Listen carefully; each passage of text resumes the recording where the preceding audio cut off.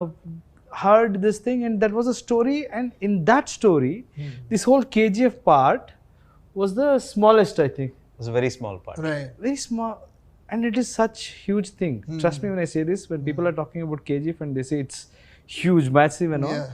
Yeah. I said, "Did you say that illegal mining and all of this?" And I said, "That's a fantastic point. Why are you putting everything into one? I think this itself can become one word." He said, "Really?" I said, "Yeah.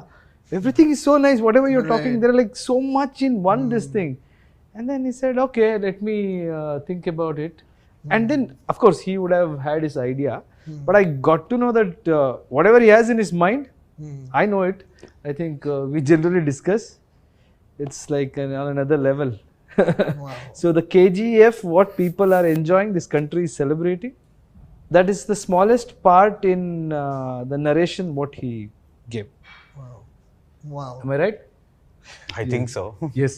ये video guys अभी की नहीं है, KGF chapter 2 के time की है और इस वीडियो पर ऑलरेडी हम वीडियो भी बना चुके हैं, डिस्कस भी कर चुके हैं। लेकिन जब से खुद प्रशांत नील ने इंटरव्यू दिया था और बोला था एसएस राजामौली को भी कि भाई साहब मैं जो है वो ये यूनिवर्स क्रिएट नहीं कर सकता, सुनने में अच्छा लगता है लेकिन मैं कैपेबल नहीं हूँ इतना बड़ा यूनिवर्स क्रिएट करने में, तो ये जितनी भी वीडियोस हमने डिस्कस की थी ये सारी हमारे माइंड से निकल गई। लेकिन कल परसों जब पृथ्वीराज कुमारन का वो ट्वीट आया तो भाई उसके बाद कहीं ना कहीं ये वीडियोस बिल्कुल मेरे माइंड में आ गई कि रॉकी भाई ने ये जो बोला था ये कहीं ना कहीं बिल्कुल उन्होंने ठीक बोला था कि केजीएफ जिसको बोला जा रहा है कि ये हो गया इल्लीगल माइनिंग इतनी बड़ी, ये कुछ भी नहीं है।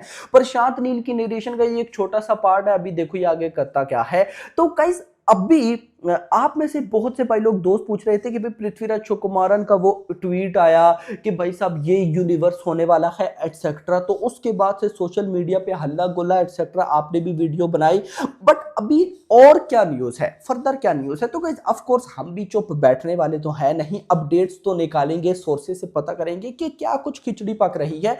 तो अपडेट बड़ी डेंजरस है, अपडेट जो है वो बड़ी यूनिक किस्म की है। अपडेट मैं आपको बाद में बताता हूं, पहले में गाइस मैं आपको एक बहुत ही कमाल चीज बताता हूं जिसको ना, ये बेसिकली मुझे एक भाई ने इंस्टाग्राम पे मैसेज किया, भाई का अभी नाम मेरे पास यहां पर नहीं आ रहा, मैंने उनका मैसेज जो है गाइस उसका स्क्रीनशॉट ले लिया था और वो मैं आपको बताना चाहता था। बेसिकली सीन ये था कि जो शिव मन्नार था उसकी तो 1985 में डेथ हो गई थी और भाई साहब रॉकी भाई की जो शिप डूबी थी गोल्ड वाली वो 1981 में डूबी थी। तो 1985 से भाई साहब 4 साल पहले क्या पता शिव मन्नार ने उसे बचाया हो या फिर क्या पता कोई ऐसा सीन हुआ हो एटसेट्रा, इसको हम माइंड से निकालते हैं। लेकिन उस वीडियो का जो इंपॉर्टेंट पॉइंट था वो ये था जो मैंने बोला था कि 1981 में रॉकी भाई की एज भी बहुत बड़ी थी, उसका गोल्ड भी डूब गया था। लेकिन तब तो भाई साहब डार्लिंग प्रभास का पता नहीं जन्म भी हुआ था कि नहीं हुआ था, वो छोटे से थे। तो भाई साहब कहीं ना कहीं अगर ये यूनिवर्स बनता भी है तो प्रभास एंड रॉकी मिल नहीं पाएंगे,